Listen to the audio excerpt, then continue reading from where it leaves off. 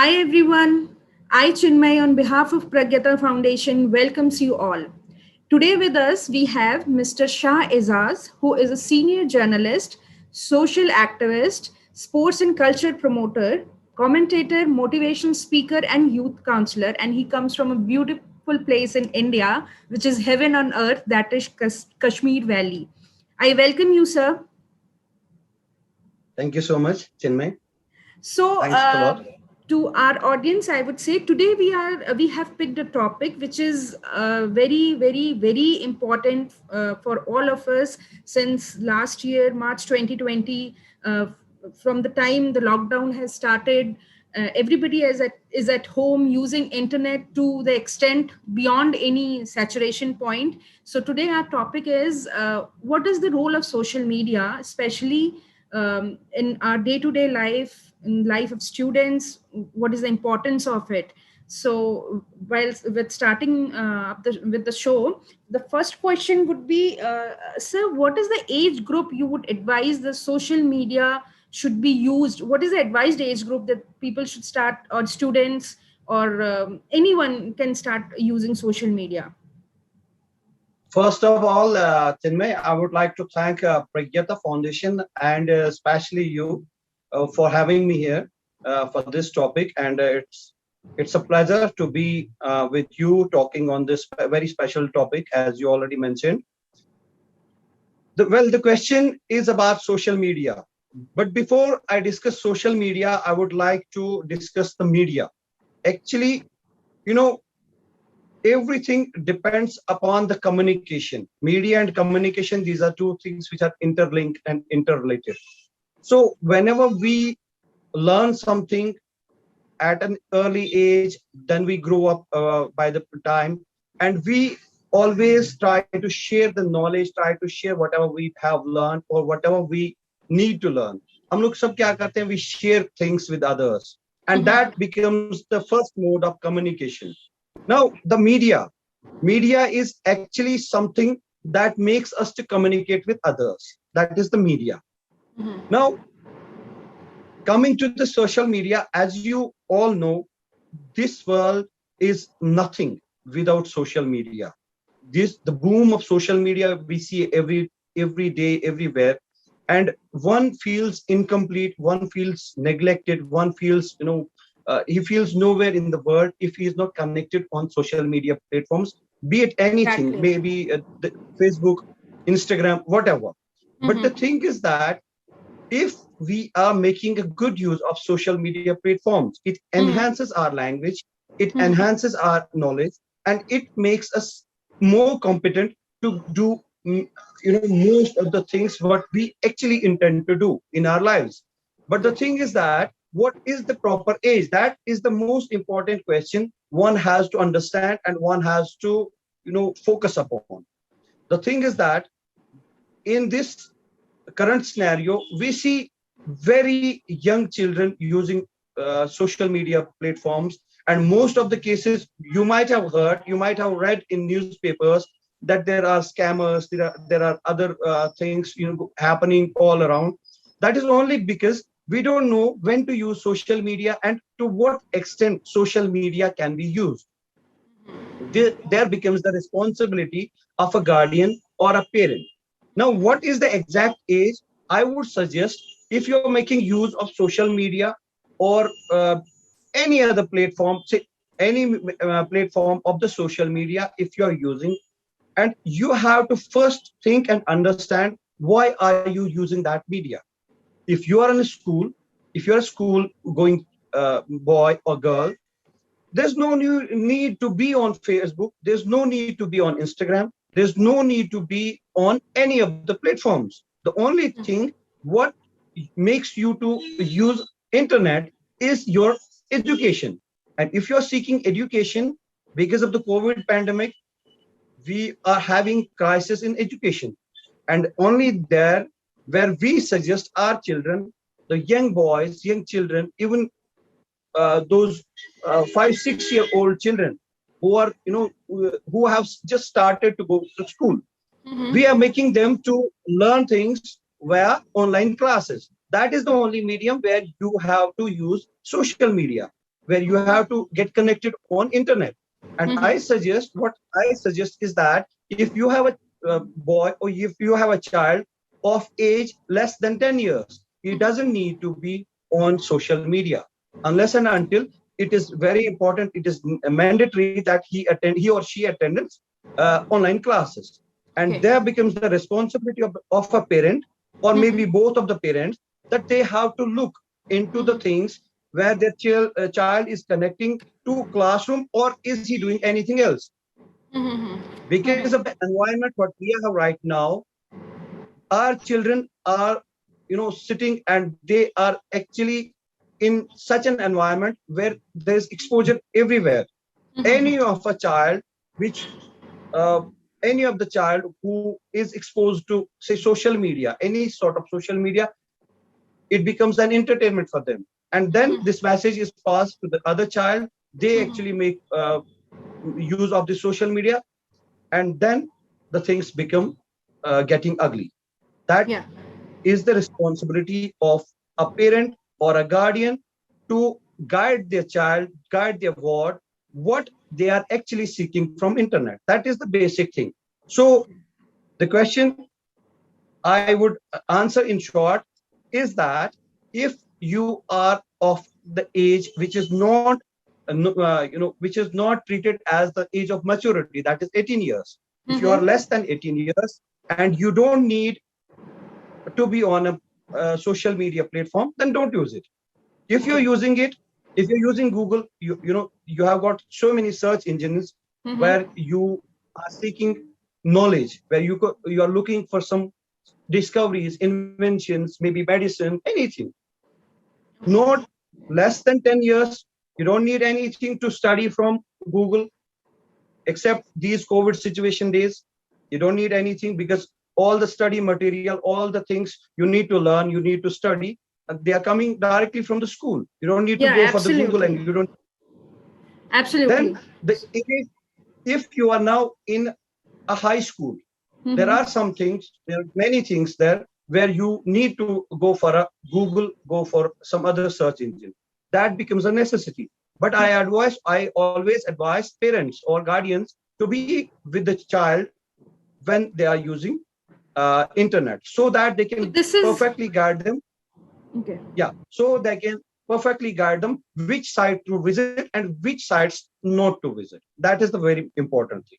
Okay. So I was coming to it, since you have emphasized it again and again. आपने बार बार ये बोला कि responsibility soul और whole होती है पेरेंट्स की और गार्डियन की, कि वो चेक करें कि अगर 10 साल की कम उम्र का बच्चा है या फिर मेच्योरिटी एज अभी नहीं हुई है, बिलो 18 years का है, तो they should take care of the fact that what the kid is doing. So being a social activist and also a youth counselor, so do you think that it is important, the counseling of the parents, especially with the usage of internet and this .com thing, which has widely, after globalization, has widely occupied all of our mind.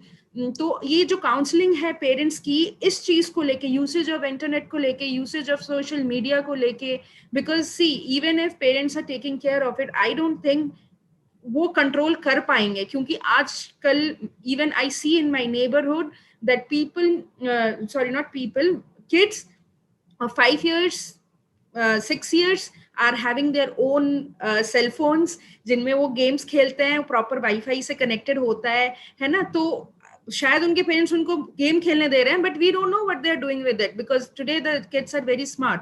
So what do you think, the counseling of parents with this is important, government should do something about it, or we as NGOs should do some kind of parents counseling sessions wherein we invite parents and tell them that what should be done as a parent with regarding to usage of internet?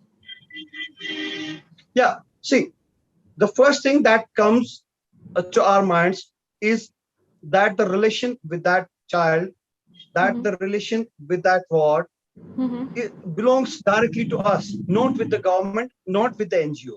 That is the first thing. We always forget this thing. Nowadays we see that is almost in every household. You can go and you can check. If there are 4 family members, 4 will be, you would like to interact with them, and you would ask for them, where is Mr. D and Mr. B? They would say they are in their rooms. What are they doing? They are having their mobile He's phones in the in their cell hands, phones. whether they Yes. are chatting, whether they are browsing, whatever they are doing. That has this impact has already, disturbed the relationships within the family.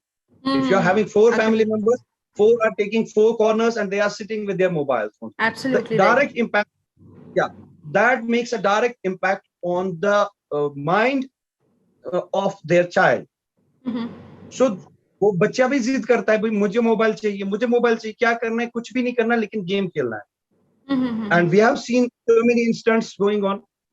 PUBG एक game है that became so popular कि बच्चों ने अब माँ बाप को तंग करना शुरू कर दिया, सामान तोड़ फोड़ करनी शुरू कर दी, और उसके साथ साथ कुछ सुसाइडल केसेस भी हमारे सामने आ गए. That is big because first आप तो मना कर रहे हो बच्चे को, ये नहीं करना, वो नहीं करना, लेकिन पहले तो पेरेंट को ये देखना है कि मैं क्या कर रहा हूँ. If I am making an impact in front of a child, मैं अपने बच्चे को तो खुद बिगाड़ रहा हूँ, दूसरों की तो बात ही नहीं है. अभी आप आए हो, स्कूल से बच्चा आया है, इससे बजाय इसके कि आप बच्चे के पास बैठो, बेटा आप बताओ आज आपको टीचर ने क्या पढ़ाया, मुझे बुक्स दिखाइए, आपने होमवर्क पूरा किया था नहीं किया था, वो आप करते नहीं है. बच्चा जब आता है आपको, या तो आपको घर पे नहीं दिख पाएगा because you have gone out on your job और बिजनेस और व्हाटएवर. जब आप आते हैं तो फिर आप सोशल मीडिया पे लगे हुए हैं, आप फेसबुक पे चैटिंग कर रहे हैं, तो बच्चा क्या करेगा? First thing, the responsibility first lies on the parents. Then अब जो चीजें बिगड़ गई हैं, जो चीजें आउट ऑफ कंट्रोल आपको लग रहा हो गई है, उसमें सोसाइटीज का रोल है, civil societies का रोल है, NGOs का रोल है. They can organize, counseling sessions. They can actually talk to children, not only children, but the parents also. Yes, we have to involve both. Right. अभी आप देखिए, कुछ साल पहले का ट्रेंड है, फर्स्ट ऑफ ऑल बच्चे को आप कितना पढ़ाएंगे, बच्चे को आप कितना मेंटल स्ट्रेस, मेंटल ट्रॉमा में डालेंगे. वो तो ऑलरेडी स्कूल में परेशान हो जाता है.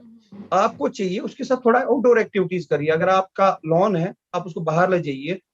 कोविड की वजह से बाहर तो नहीं जा सकते, लेकिन अपने लॉन में आप उसको आउटडोर एक्टिविटीज करा सकते हैं. You can go for a session of badminton, you can play volleyball, you can play carrom in the open environment. ये सब चीजें बच्चे का माइंड डाइवर्ट करके उसको स्पोर्ट्स एंड फिजिकल एक्टिविटीज की तरफ लगा देता है. लेकिन बच्चा, अगर आप चार दीवारी के अंदर आप बच्चे को रखते हैं, उसके बाद आपके हाथ में वो मोबाइल देखता है, बस जिद करता है बच्चा, और जिद करने के कारण क्या करता है, आप कहते हैं बच्चा रोए नहीं इसलिए मोबाइल हाथ में थमा दिया. Exactly. तो अभी मैंने ऐसे केसेस भी हमने देखे हैं काउंसलिंग में, कई केसेस मेरे सामने ऐसे भी आए हैं जहां पे बच्चे को बिगाड़ने का सबसे बड़ा जिम्मेदार जो है पेरेंट है, बिकॉज वो अपनी रिस्पॉन्सिबिलिटी झाड़ रहा है. वो कहता है बच्चे के साथ टाइम, मेरे पास टाइम ही नहीं है, मैं अपने काम से बिजी हूँ, चलो क्या करता हूँ, मोबाइल पकड़ा देता हूँ, खेलता रहेगा, 2 घंटा गेम खेलता रहेगा. अल्टीमेटली ये जब बच्चा जो है, उसको जब ये लत लग जाती है, he becomes addict, or he or she becomes addict of that mobile phone. Absolutely. उसके बाद ये पेरेंट कहते हैं नहीं, छोड़ दो, मैं नहीं दूंगा. तो फिर बाद में क्राइसिस शुरू हो जाती है. तो ये हमें देखने की जरूरत है. As a parent I have to look into this. I have to see कि मेरे बच्चे का फ्यूचर क्या मैं बनाना चाहता हूँ. क्या मैं बच्चे को physically as well as mentally जो है स्ट्रॉन्ग बनाने की कोशिश कर रहा हूँ, या मैं बच्चे में कुछ बैड हैबिट्स डाल रहा हूँ. ये सबसे पहला मेरा काम है. उसके बाद ये जिम्मेदारी, जैसे आपने कहा, एनजीओ पे. मैं समझता हूँ इस केस में, जैसा आपने मुझसे सवाल किया, गवर्नमेंट की जिम्मेदारी, मैं सोचता हूँ कि गवर्नमेंट की लीस्ट रिस्पॉन्सिबिलिटी है. बिकॉज गवर्नमेंट क्या कर सकती है इसमें? एक फैसिलिटी आपको दी जा रही है. If your country and if your law provides you an opportunity to use internet, to make the best use of internet, it's in your hands, not in the hands of government. तो ये important चीज है. तो मैं यही कहूंगा इसमें कि पेरेंट्स का सबसे अहम रोल है. Parents have to decide whether they want to make their child an addict of mobile phones, or they want to make him physically and emotionally as well as mentally stable and strong. That is up to the parents. Yes. Thank you so much. This is a very critical information which I think parents को जानना बहुत ज़्यादा important है, क्योंकि आज के date में means outdoor activities are not at all encouraged by parents, I guess, because वो भी बिकॉज मीन्स अभी करंट सिचुएशन में specially, because everybody I don't think is having a lawn और अ गार्डन कि वो जाके बाहर खेल पाएं. सो इन दैट सिचुएशन जब स्टे होम स्टे सेफ वाला शुरू हुआ तो हर कोई चार दीवारी में बंद हो गया and nobody is able to go out in such situation. I think ये सिचुएशन और वर्स हो गई कि बच्चों का और मोबाइल का रिलेशन बहुत डीप हो गया है. So that's why we thought that we should have a speaker and who could really counsel on these things. Here I would like to add one thing, most important. Yes, that this is a universal fact that we are surrounded by such an invisible enemy, जिसका हमारे पास अभी कोई तोड़ है नहीं. We are still living with precautions. We are living with precautions and we have to carry on with this for some time. I don't know, वो किसी को नहीं पता कब तक. हाँ, yes, this has come like a disaster for us, everyone. हाँ, इसमें क्या होता ना, there you have to prioritize things. You know, the priority means if you want a good health or if you want life. अगर आपके सामने ये सवाल आएगा कि आपको जिंदगी चाहिए क्या अच्छी सेहत चाहिए, first preference will be life. पहले तो जिंदगी चाहिए, then we can think of health. उसके बाद हेल्थ चाहिए कि वेल्थ चाहिए, तो वो कहते नहीं हेल्थ चाहिए क्योंकि प्रायोरिटी हेल्थ की है. Same ways we are living in such a situation right now that हमारे पास, हम पैंडेमिक में कहीं जा नहीं सकते. हमारे पास सबसे बड़ा चैलेंज ये था कि जान बचाओ. तो जान बचाने के लिए जरूरी ये था कि we have to stay indoors. तो उसमें क्या होता, स्टे होम स्टे सेफ, ये सबसे पहली बात थी जिसपे हमें अमल करना. तो मजबूरी हमारी बन गई कि हमें बच्चे को मोबाइल देना पड़ा, न चाहते हुए भी. We have to hand over it to our child, क्योंकि उसे क्लासेस लेनी है या कोई और वाइटल इंफॉर्मेशन उसको तो वो देनी ही देनी है. दैट, मगर हमें इस बात का अब ख्याल रखना है बिकॉज अब धीरे धीरे जो है ना लॉकडाउन खत्म हो रहा है, अनलॉक हो रहा है, चीजें खुल रही है और पैंडेमिक का भी असर जो है कम हो रहा है. तो अब हमें ये देखना है, सेकेंड स्टेप इज दैट कि हमारा बच्चा एडिक्ट न बने, जो उसको जो आदत लगी है इन दिनों में, वो धीरे धीरे कैसे छूटे. अब हम उस पर प्रेशर करेंगे, भाई नहीं ये नहीं करना वो नहीं करना, तो उससे उसका मेंटल ट्रॉमा और बढ़ेगा. पेरेंट की जिम्मेदारी यहाँ पे ये, या पेरेंट की यहाँ पे जिम्मेदारी बनती है for a child. The best of the best friend is always the parent.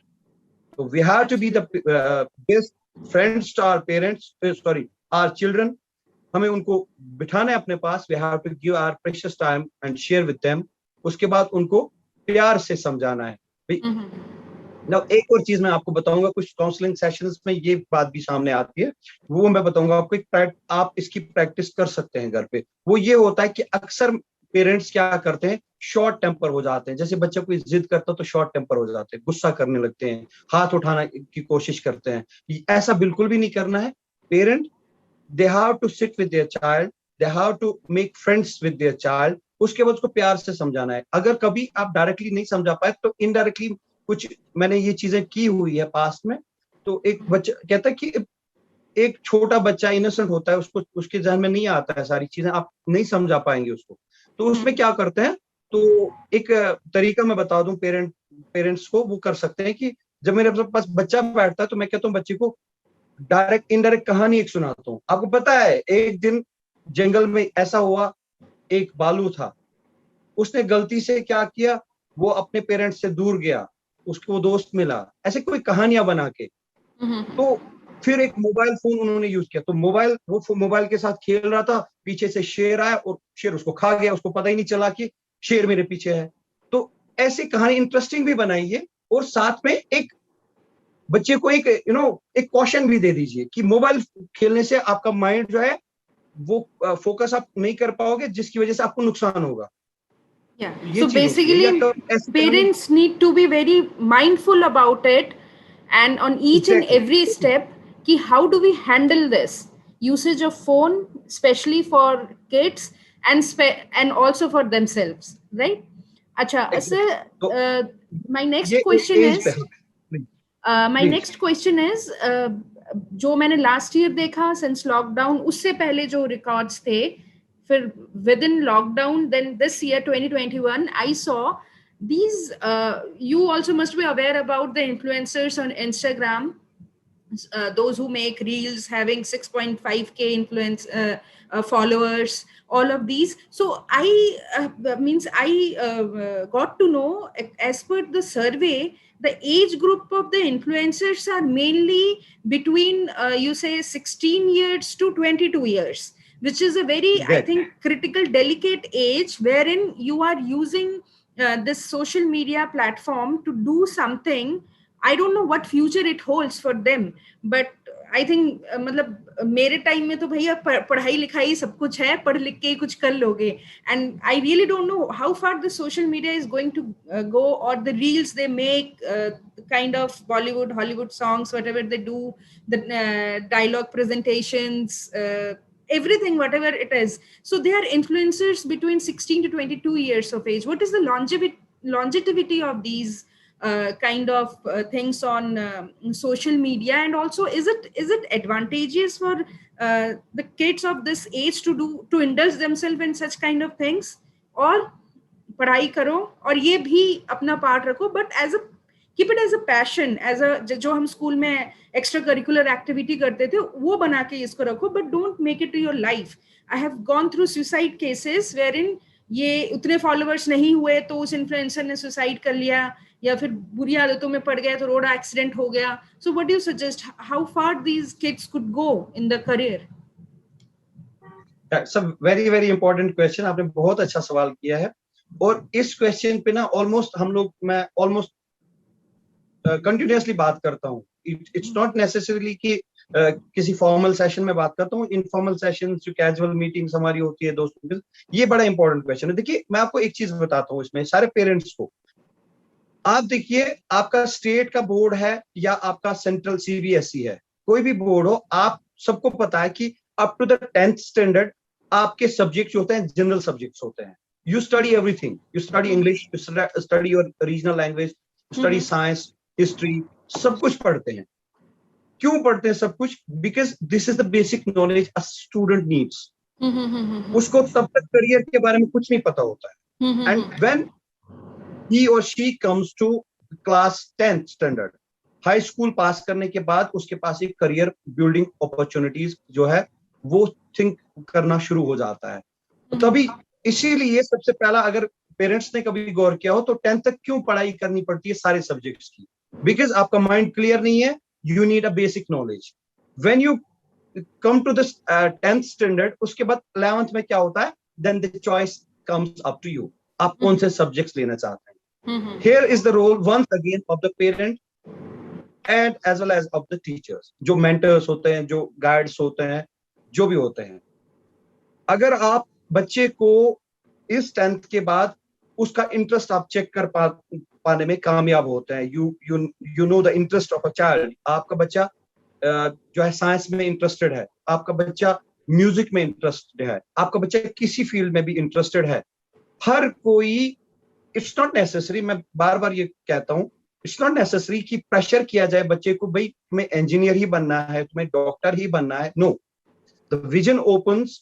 अगर आप बच्चे को अच्छे तरीके से पढ़ाते हैं, अब 10th तक बच्चे को आप अच्छे से पढ़ाते हैं, आपने अच्छे से कोऑपरेट किया, आपने फैसिलिटेट कर दिया बच्चे को, लेकिन एक पॉजिटिव एनवायरनमेंट उसको दिया, देन द माइंड ओपन्स.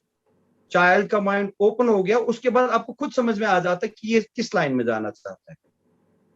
अगर ये साइंस की लाइन में जाना था तो उसके बाद आप उसको साइंस पढ़ाते हैं, उसके बाद उस स्ट्रीम में आप एंट्रेंस वगैरह के लिए उसको तैयार करते हैं. लेकिन अगर आपका बच्चा आर्ट्स में भी जाना चाहता है, उसमें भी करियर है, ऐसा नहीं है कि उसमें करियर नहीं है, उसमें जाना चाहता, फाइन आर्ट्स में जाना चाहे, जिसमें भी जाना चाहे, बच्चे को इतना पता होना चाहिए. जो सबसे इंपॉर्टेंट चीज यहाँ पे फिर से मैं कहूंगा पेरेंट्स पे ये आता है कि बच्चे को जो आप नॉलेज दे रहे हैं, जो आप एजुकेशन दे रहे हैं, उसमें आप उनको इस चीज के लिए आमादा करें, इस चीज के लिए तैयार करें, प्रिपेयर करें उनका माइंड कि पैसा सब कुछ नहीं है.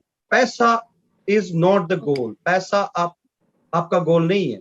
आपका कामयाबी गोल है. कामयाबी कौन सी? जिसमें आपकी डिग्निटी हो, आपका सोशल स्टेटस हो, आपकी इज्जत हो, आपकी वैल्यू हो. ये इंपॉर्टेंट है. अब कैसे वैल्यू? 10th के बाद आपका बच्चा क्रिकेट में इंटरेस्टेड है, आप उसको क्रिकेट एकेडमी भेजते हैं, लेकिन मॉरल वैल्यूज के साथ उसकी परवरिश करते हैं, and he goes to the academy, और एक दिन क्या करता है कि वो स्टार बन जाता है, वो सेलिब्रिटी बन जाता है. कितने एग्जाम्पल्स हमारे सामने हैं. उसको छोड़िए, कोई बच्चा आपका सिंगिंग में जाता है, कोई बच्चा आपका किसी और आर्ट में जाता है, चले जाते हैं. लेकिन जो इस लेवल पे जो एक्चुअली हमारा मेन फोकस है, जिस पे हम बात कर रहे हैं कि इंस्टाग्राम या किसी और चीज पे रील्स वगैरह बना के ये जो माइंडसेट आ गया आज के बच्चों का, वो ये आता है कि मैं शायद इसी से पॉपुलर बनने वाला हूँ, और सबसे इंपॉर्टेंट ये है कि इससे मुझे पैसा मिलेगा। ये बच्चों के माइंड में आता है। और अगर आपने the history reveals this thing and studies reveal this thing, that अगर आपका बच्चा 20 ईयर की एज से पहले पैसा कमाने की सोचने लग जाए तो उसका करियर बर्बाद हो जाता है, ये सबको पता है। अगर आपने बच्चे को माइंड में ये डाल दिया कि आपने पैसा कमाना है, और बच्चे ने ये सीखा कि किसी और का, भाई उसका गूगल से इतना पैसा आ गया तो मैं तो उससे डबल करूंगा, तो यहाँ पे चीजें जो है वो एडवर्स हो जाती हैं। ये सोशल मीडिया, ये इंस्टाग्राम की रील्स आपको बस वहीं तक सोशल मीडिया का ही स्टार बना देती है, आपका कोई फ्यूचर नहीं रहता, आपका कोई करियर नहीं रहता। तो यहाँ पे भी इंपॉर्टेंट ये है कि बच्चे को ये चीज समझाई जाए कि पैसा इज नॉट द गोल, पैसे के लिए वो कुछ नहीं कर रहा है, बल्कि he is going to seek knowledge, ताकि वो लाइफ में एक बड़ा नाम कमा सके, जिसपे न सिर्फ उसकी फैमिली बल्कि पूरे देश को गर्व हो। तो ये जब उसको समझाया जाए, उसकी जब अच्छी से काउंसलिंग करी जाए, उसके साथ जब एक दोस्त की तरह आप जब बैठेंगे, फादर अपने बेटे के साथ जब एक दोस्त की तरह बैठता है ना, तो बहुत सारी चीजें जो है बच्चा करने से फिर दूर हो जाता है कि मैं ये चीजें गलत है, ये नहीं करूंगा। लेकिन जब आप उसको एक स्पेस देते हैं, जैसा जैसा आपने कहा कि सुसाइड्स पे की बातें आ जाती है, बिकॉज बच्चा क्या चाहता है, बच्चा चाहता है टाइम, पेरेंट का टाइम। अब हर वक्त तो ये नहीं कहेगा कि 24 घंटे मेरे साथ बैठो, लेकिन जितने जितने आप एज में बढ़ते हैं, 10th के बाद 11th 12th, आपके पास बहुत सारे चैलेंजेस आ जाते हैं, स्कूल में चैलेंजेस आते हैं। इवन कभी बच्चा क्या करता है कि आप क्लास ले रहे हैं, टीचर के सामने वो बोल नहीं पाता, नर्वस फील करता है, और बाकी बच्चे जो है उसका मजाक उड़ाते हैं, तो ही बिकम्स अंडर प्रेशर। ये बात वो घर पे जाके अपने पेरेंट्स से करके खुल सकता है, वो पेरेंट उसको बोल सकता है, भाई ये कौन सी बड़ी बात है, तो उनसे अच्छा बोल सकता है, तो ये कर सकता है, तो एक बूस्ट अप करते हैं उसका मोरल, बूस्ट अप करते हैं उसकी जो एंथुसियाज्म, वो बच्चा इंटरेस्ट लेने लगता है, और वो चीजें डिप्रेशन का शिकार वो नहीं होता है, वो चीजें चली जाती है।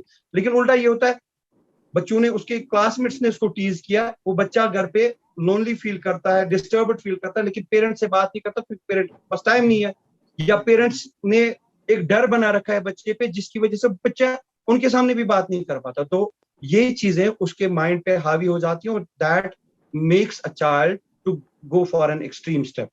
तो अनफॉर्चुनेटली फिर ऐसी चीजें हो जाती जो हम नहीं चाहते। बाद में आपने देखा होगा कुछ इंसिडेंट्स ऐसे भी होते हैं, पेरेंट फिर रोते हैं, रोते रोते कहता है, भाई अब तू कुछ मत कर, पढ़ाई भी नहीं चाहिए, कुछ भी नहीं, सिर्फ जान चाहिए, लेकिन देर हो चुकी होती है। तो ये एक इम्पोर्टेंट चीज है जहाँ पे हम सबको समझने की जरूरत है। So bottom line, what I could take a message from you, and you have means you have really said it so well, ki the bottom line is the parents are the main people who need to take care of all of these.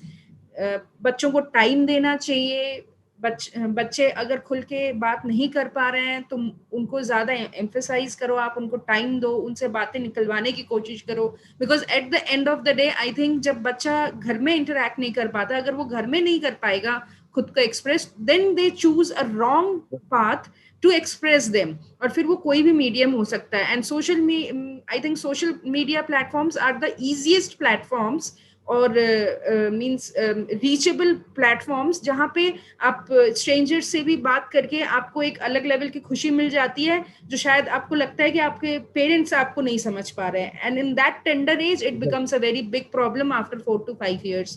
So very well said, sir. So moving on to the last question.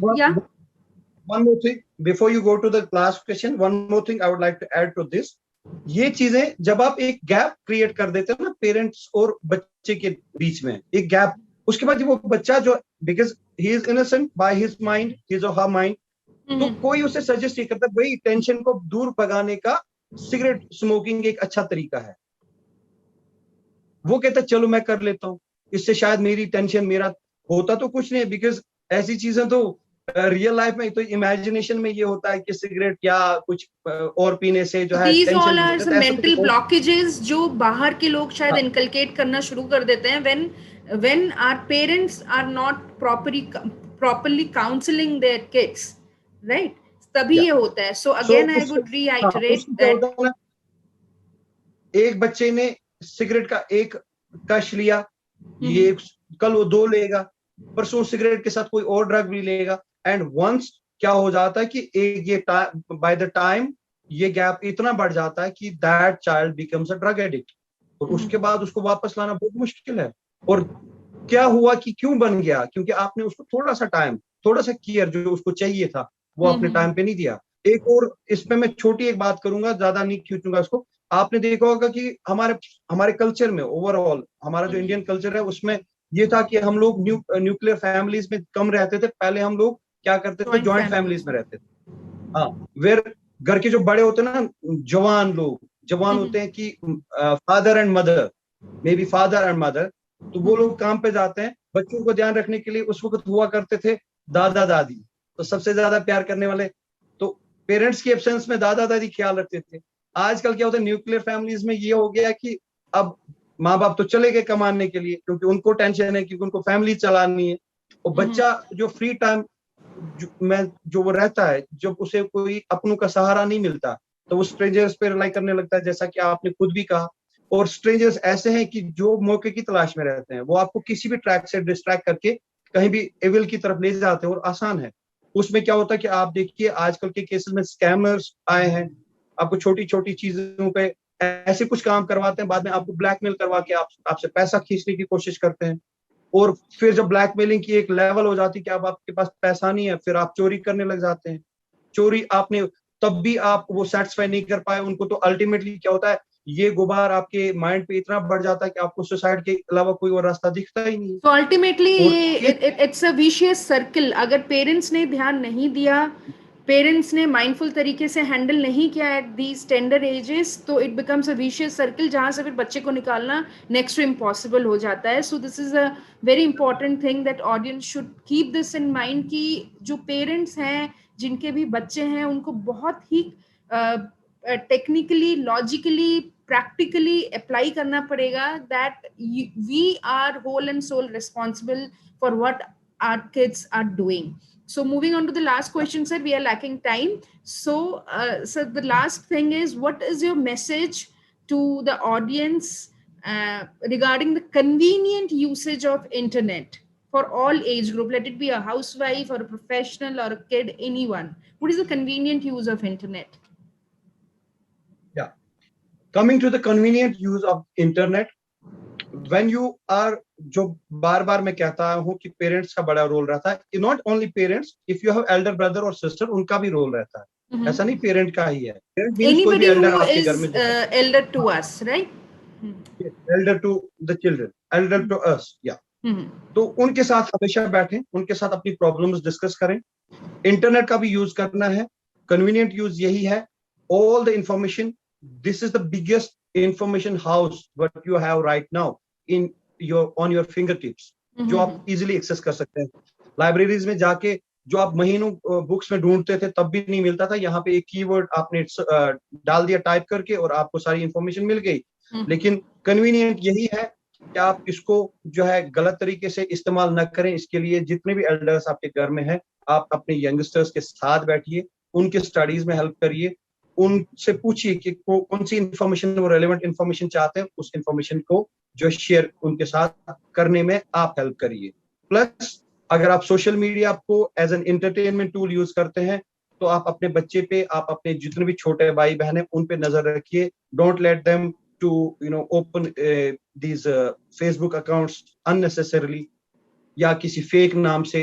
क्या फायदा है fake नाम से, एक exposure वो उसको मिलता है गलत राह पे जाने का, कल को वो आपको डिच कर सकता है, अपने पेरेंट्स से झूठ बोल सकता है। लेकिन जब आप उसको गाइड करेंगे, और प्लस घर में आप अपने घर में आप एक ऐसा माहौल बनाए जिसमें एक बच्चे को, एक यंगस्टर जो भी आपका है, उसको ये लगे कि दुनिया में अगर मुझे सबसे ज्यादा प्यार करने वाला कोई है, वो मेरी अपनी फैमिली है, कोई स्ट्रेंजर उनकी जगह नहीं ले सकता है।